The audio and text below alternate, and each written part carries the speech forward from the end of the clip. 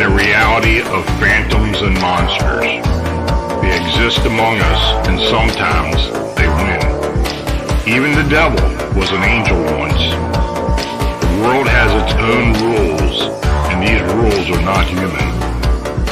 Some of us seek answers to the origin and existence of cryptids and the unexplained. Join us as we venture beyond the known and accepted boundaries. Welcome to our nightmare. I think you're going to like it.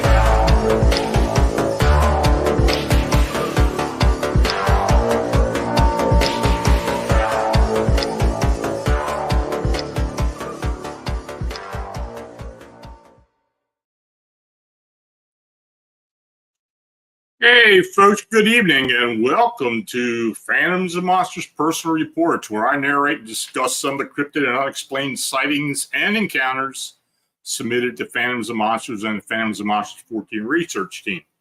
So thanks for joining me. The channel is made possible by you clicking the subscribe and like buttons and by sharing our programming. Super chat and super thanks donations are always appreciated.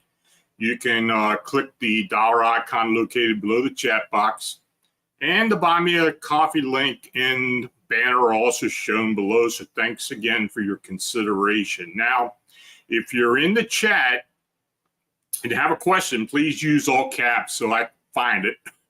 And I'll try to get to each and every one after my presentation. I'll let you know when the last post or the last accounts being read so you can get your questions ready. So tonight, for many decades, I have found that long-haul truck driver experiences to be the most compelling and most honest reports that I've heard or read. So just sit back, listen, and listen to a few of the harrowing and unforgettable incidents, and then imagine how you would react if it happened to you. So, this first account is in Michigan, Reed City, Michigan. My uncle had an encounter in the summer several years back. The only reason I believe him is because his whole life, he always been super serious, no BS kind of guy. And when he told the story, he sounded genuinely upset about it. He's a long-haul truck driver and was stopped on the side of a highway in a heavily wooded area. This was somewhere several miles in the middle of nowhere, but he said it was closest to Reed City, Michigan. I can't recall what he said he was doing, but he had to fix something before he could go again. So also he didn't have a trailer on it at the time. Now, he had just gotten done fixing up his stuff and was about to climb into his vehicle when he saw a deer come towards him from the tree line. He said it looked like it might have been running from something, but he assumed it might have been a bear. He was just getting ready to leave when he suddenly saw something looking at him through the passenger side window. He described it as having jet black fur and bright yellow eyes, as well as a vicious looking and snarling teeth. It was so close to him that he could see its fur blowing with the slight breeze that was coming through. The window was open, but he didn't seem to notice, as was evident when the creature put its paw up to the window as if to press it against the window, but pulled it back in shock when it realized his paw entered the vehicle. Now, my uncle typically carried a gun with him, and at this time he had a heavy revolver.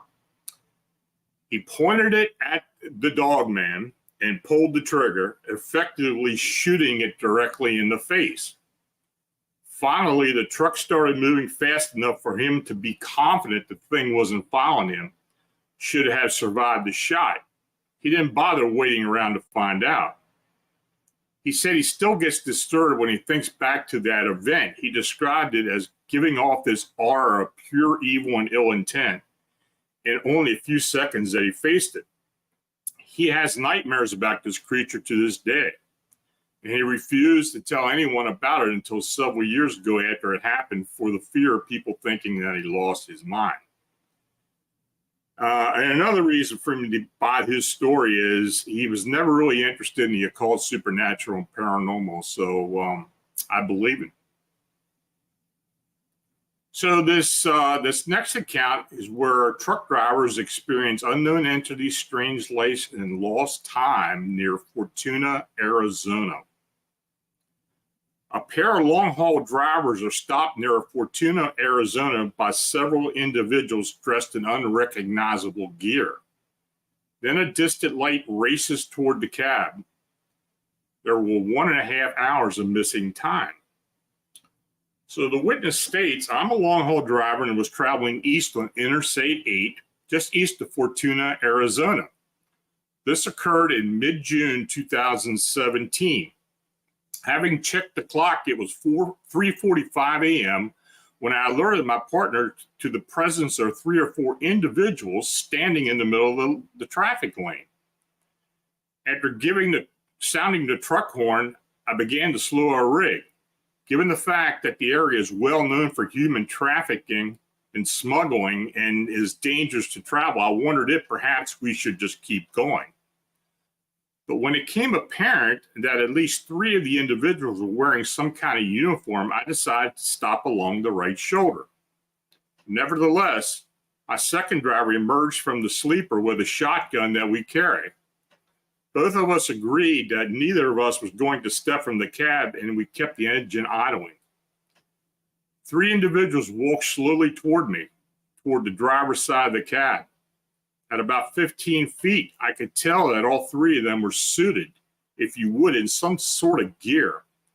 I wondered if they were Marines from the nearby Marine Corps Air Station or something, or a crash, or maybe they were there to ask for help. As I lowered the driver's window, the shortest of the 3, bundled in heavy white gear with what looked like white armor around the chest and a partial face plate that emerged from below the chin. He said to me in perfect English, "Not to worry, we have a minor situation." He motioned with his left arm towards the distance off the highway. It was strange because neither my partner or I saw anything as we approached the group, but sure enough, something was putting out an intense red flame, maybe 50 feet off the right shoulder from where we were parked. Before I could say anything, a triangle-shaped wedge of landscape to our right, with the flames at the base of the triangle, rose and sliced through the truck cab. For lack of a better description, I felt like I was looking at some kind of image as it came through the cab. I mean, the individual who spoke to me appeared first on the left side of me, and then appeared on the right side, the raised side, then on both sides, which appeared raised. My throat was so dry, my stomach was in knots. Honestly, I felt like I was going to throw up. I figured we had it. These 3 individuals, 2 in white wearing helmets, and 1 who appeared burnt or blackened and without a helmet, appeared in the image to our right as they made their way around the chunks of rock walking towards our cab. There was a lot of communication, like radio, between them and between somebody. The one who had spoken to me after I had lowered the window now sounded metallic. So I turned once again towards the voice, to my left again, towards the open window, and he or it wasn't there. I turned toward my partner in the right front seat, who was still cradling the shotgun, but nothing. I mean, it was black. It was perfectly silent. There were no flames off to the right in the distance. Our clock showed 5:15 a.m. and only the entire encounter felt like it lasted 15 minutes or so, but we had all that lost time. I don't know what to claim. I stopped assisting several entities that appeared to be projected from somewhere, and I still feel nauseous about it. So this next account comes from a Texas trucker who encounters a huge Bigfoot eating roadkill. Years ago, in the late 90s, I was on my way from the house, which is in the Texas Hill Country, heading to Laredo to pick up a load. It was early morning, around 4 or 5. I had just come off a string of days at home, so I knew I wasn't tired. I am on one of those 2-lane winding roads in the absolute middle of nowhere when I see something on the side of the road at the edge of the high beams. At first, I just thought it was roadkill, as it usually the case.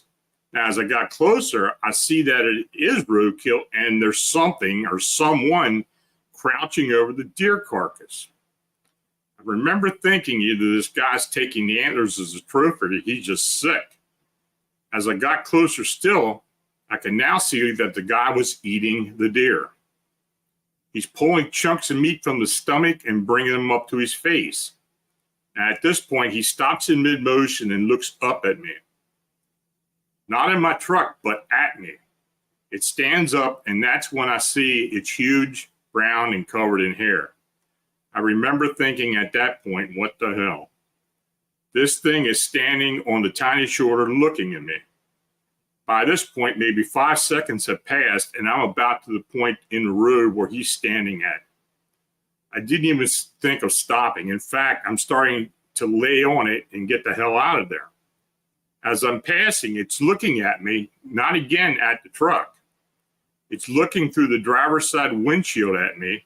He obviously had the intelligence to know where the driver is here and knows where I'm sitting.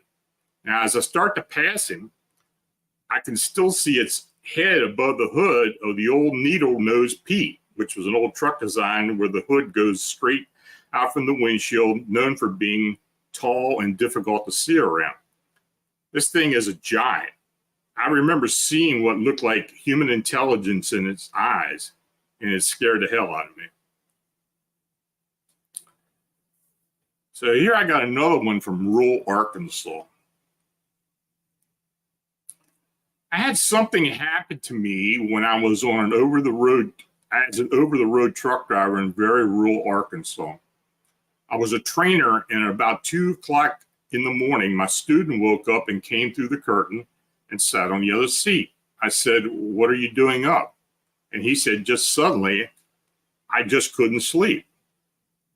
And right about then, I looked up, and it was very rural, and there were no cars parked along the road, no houses, just forest. And somebody standing on the white line on the freeway, on the side of the road. I clicked the cruise control off, and I slowed down. I started to move over into the left lane, and there was a guy in a black suit. He was just standing there, stock still, looking out onto the freeway. It was strange. I've tried over the years to rationalize what it was, but I haven't been able to. There was just nothing around out there, nothing. But the strange part was, I was kind of freaked out and kind of scared about it, but my student, he was like, maybe we should stop and see if he's okay. I said, I'm not stopping. He was insistent that we should stop. And I finally said, when we get about 2 miles down the road, I'll pull over and I'll wait about an hour. And if you're not back, I'm leaving. He kind of hushed up then. He had this crazy sense that he needed to go to this person. I felt the opposite, that I just needed to get out of there. It was strange. I haven't told too many people, but yeah, odd. He was standing straight off into the freeway and he didn't really move. And the only way I can describe it is how he looked. He was kind of like Agent Smith of the Matrix, in the suit like that. I thought maybe he was drunk at a wedding party and lost, but there's just nothing out there. There was no reason for anybody to be standing out there, especially in a suit. Now this next account. I was in Lancaster, California. I'm a Vietnam veteran. I was a native for 6 years in Germany. Now, after the military, I went to truck driving school and became a truck driver for 20 years.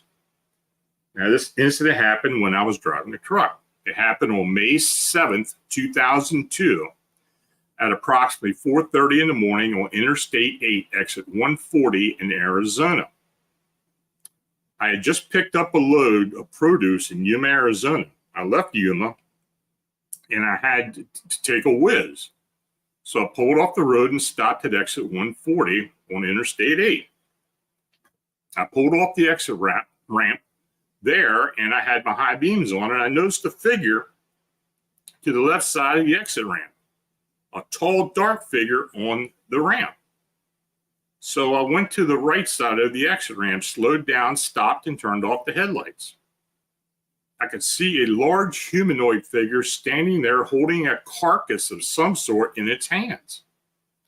It dropped the carcass on the ground, turned around, and looked at me for 4 or 5 seconds, then started walking over towards my truck. I immediately locked the door on my truck, made sure it was locked, and was approaching the window of my truck. It stopped about 2 feet from the window of my truck. Its head was as high as the window of the truck. So the window's about maybe 7 foot off the ground. The head of this being was slightly above the head of the window. So it had to be at least 7 foot, 7'2", that vicinity. So I reached up and grabbed my camera out of the storage compartment and turned the camera towards the window, and it was just looking at me through the window. Just as I was moving the camera over, it turned on a bright light right at my face. It was so bright I couldn't look at it. So I took the camera and flashed a picture of it. The being, the creature, stepped back as if it was slightly startled for a second. Then it kind of gave me an oddball grinning expression, like looked at me in a couple more seconds, turned its head, and then it turned it. And when it turned its head, I got a real good look at its profile.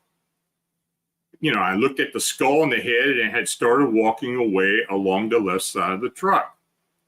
Now, as it was walking away, I turned on my headlights, and I got a real good look at the backside and its legs. And then I saw that was what it was walking towards. At that time, the sun was just starting to peek over the top of the mountains.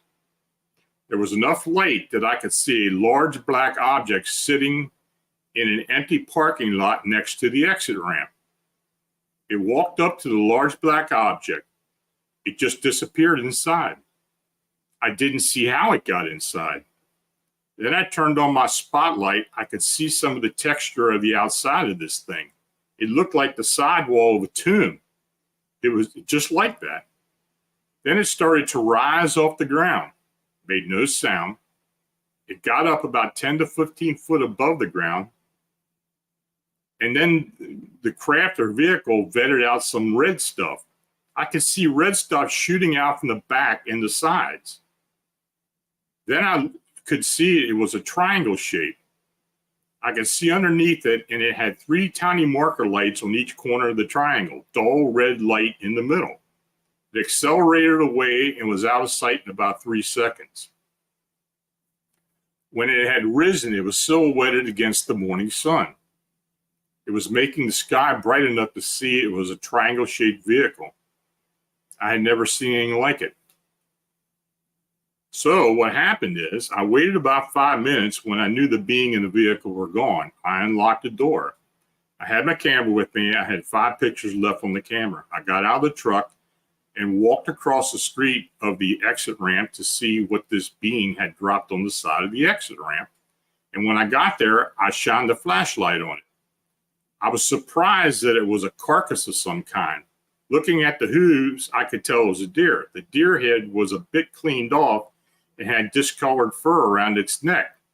The inside of the deer, the chest cavity, was all completely removed. Its internal organs were all ripped out the back of the spine. The internal cavity was burned out. Now, he goes on to say later, a couple months afterwards, he traveled back and forth from New York to Yuma and observed similar looking deer and animal carcasses along the same exit ramp. And he photographed all. But unfortunately, this guy never sent any photographs. Now, I got this a while back. But if I had a photograph, I would have put it in the post. But unfortunately, he never sent anything to me. Now, here's a weird one. I'm a truck driver, and we tend to see some of the most beautiful things this great country has to offer. However, in contrast, we see some of the most gruesome, from mangled roadkill to cars and people equally unrecognizable. I will never forget what I saw that night. I was driving at around 3 o'clock a.m. along Wyoming's desolate 180. That's when a thick fog rolled up on me, seemingly out of nowhere, and the air was almost electrified. I didn't pay much to it at that point, just slowed down and put on my four ways and just kept going. That is until I thought I saw a person staggering away from the vehicle, broken down on the shoulder. I was about to stop and call 911 when I saw it. A chunk of flesh fell off his face. Then he turned and just stared with these bright red eyes. I was going about 5 miles per hour and quickly got it up to 45 miles per hour when I saw another 20 or 30 of these things walking along the interstate, all with these bright red eyes and rotten flesh. I didn't dare to stop until I got to Fort Bridger. It was then that the fog cleared and I noticed an army convoy braking at the truck stop I was at. They then proceeded out into the direction of what a couple of other truckers told me are known as Wyoming zombie walkers, as they will walk any given stretch of highway or back road in that state looking for their next human victim. A lot of weird things are out there on these roads, and any trucker will tell you, if you can stay home at night, do it, because you never know what's around the next corner or waiting beyond the reach of our lights. Now, that's an interesting one because I looked into that and I found two other references to Wyoming zombie walkers. Now, I got this about 15 years ago. So I don't know if there's anything else that has come out about that, but any of you knowing about it or heard about it, let me know. So here's the last account. Now, it's not so scary, but it's really interesting. Hi, I believe I'm writing to you about a ghost, though I'm not sure if the animal kingdom has an afterlife. My big brother, Gil, is a long-haul driver and regularly makes trips across the country. He'd be on the road for a couple of weeks, then come home to Virginia and stop by to see our mother, who lives with me and my husband. I don't know how he does it, but he's always been a loner.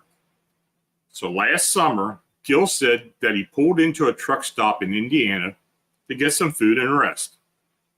He's got a nice modern sleeper berth on board. He went to get something to eat, came back, and there was a male black and white cat in the cabin. He wondered how it got in there. He was about to get rid of it, but then thought it may be lost because it had a new-looking collar and was well taken care of. So he went back inside and asked around. Nobody was aware of a missing cat, so he wrote up a lost cat flyer and posted it.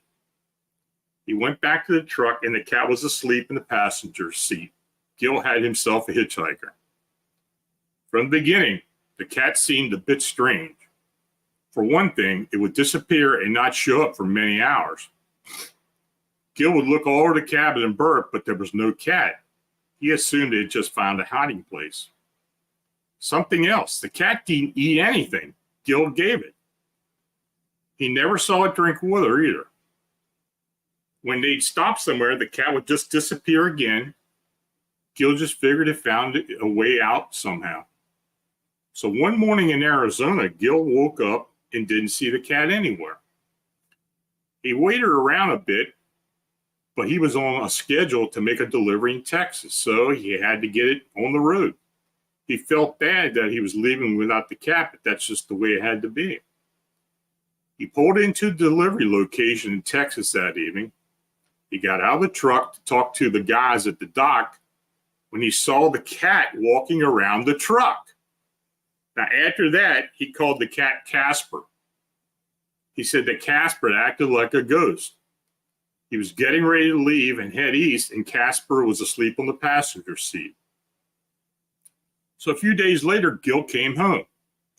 He stopped by the house to see our mother and to get some dinner. We all sat at the table while Gil told us about Casper. He asked me if I could watch Casper for a few days before he headed back out on the road. I said, fine. So Gil went to the back door, and there sat Casper. It was like he knew he was staying there. For the 3 days, Casper stayed with us. He never came into the house. I'd put food and water out for him, but he left it untouched. I figured he was catching mice or birds. I'd see him stretching out on the patio occasionally, but he never came in the door. So Gil called me and said they was coming over to pick up Casper and head out onto the highway. Well, I couldn't find the cat. We all thought that Casper had found greener pastures and moved on. So Gil left without his companion. So later that week, Gil called me from California. He said that he guessed that Casper hadn't shown up yet at home. He started to laugh because Casper was with him. In fact, he hadn't seen Casper until that day. He found him asleep on the passenger seat after grabbing a bite to eat. A few hours later, Gil called to say that Casper was missing again, but he figured he'd show up sometime later. Well, that never happened. None of us have seen Casper since. So this past spring, Gil was back in Indiana truck stop where he had found Casper the previous summer. The flyer he had posted was gone from the bulletin board. He sat down to order some food, later striking up a conversation with the waitress. He told her about Casper and that he had found him at that truck stop. She gave Gil an odd look. Then she started to describe Casper to him, including a collar. She said that the cat used to belong to the owner of the truck stop. The cat's name was Paco. One day, Paco got into a fight with an unknown animal and was killed. She also said that Paco was buried in a small grove of trees behind the truck stop. So after eating, Gil walked over to the grove of trees. There was a small memorial for Paco. There, all kinds of cat toys and other things were left by the grave. Gil called me that night and told me the story. It just seems to me that Paco was a companion to a lot of truck drivers. So I thought that was a pretty cool story. So anybody got any questions?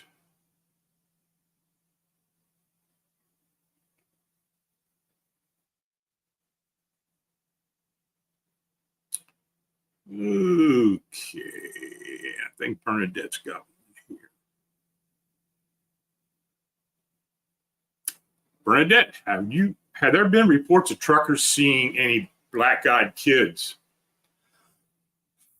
I don't think I've run across, though I've got hundreds of trucker stories. I may find one.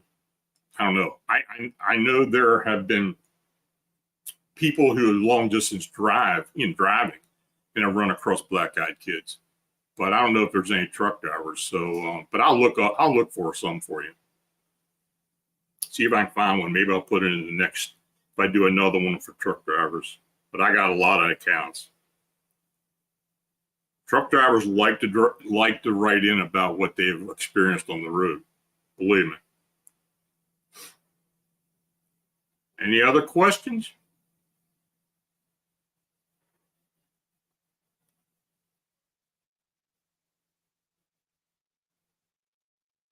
Wow. Come on, folks. Yeah, I know there's not a whole lot of questions that you could do for something like this, because quite frankly, the people telling the story, you know, it's truck drivers, and, you know, are not doing any investigations, and they see something that for the most part they just don't understand. I will say, like I said earlier, some of the accounts that I have gotten from truck drivers over the years are pretty good accounts. A lot of Bigfoot accounts, encounters at truck stops, cryptid canine accounts at truck stops. So I will promise y'all, if you want me to, I'll go ahead and put together another show later on down the road on truck driver stories and see if we can pick up any real good ones. Verpine asks, do you think there's any truth to the haunting of Route 666? Probably, you know, I know there have been some pretty horrific crashes on 666.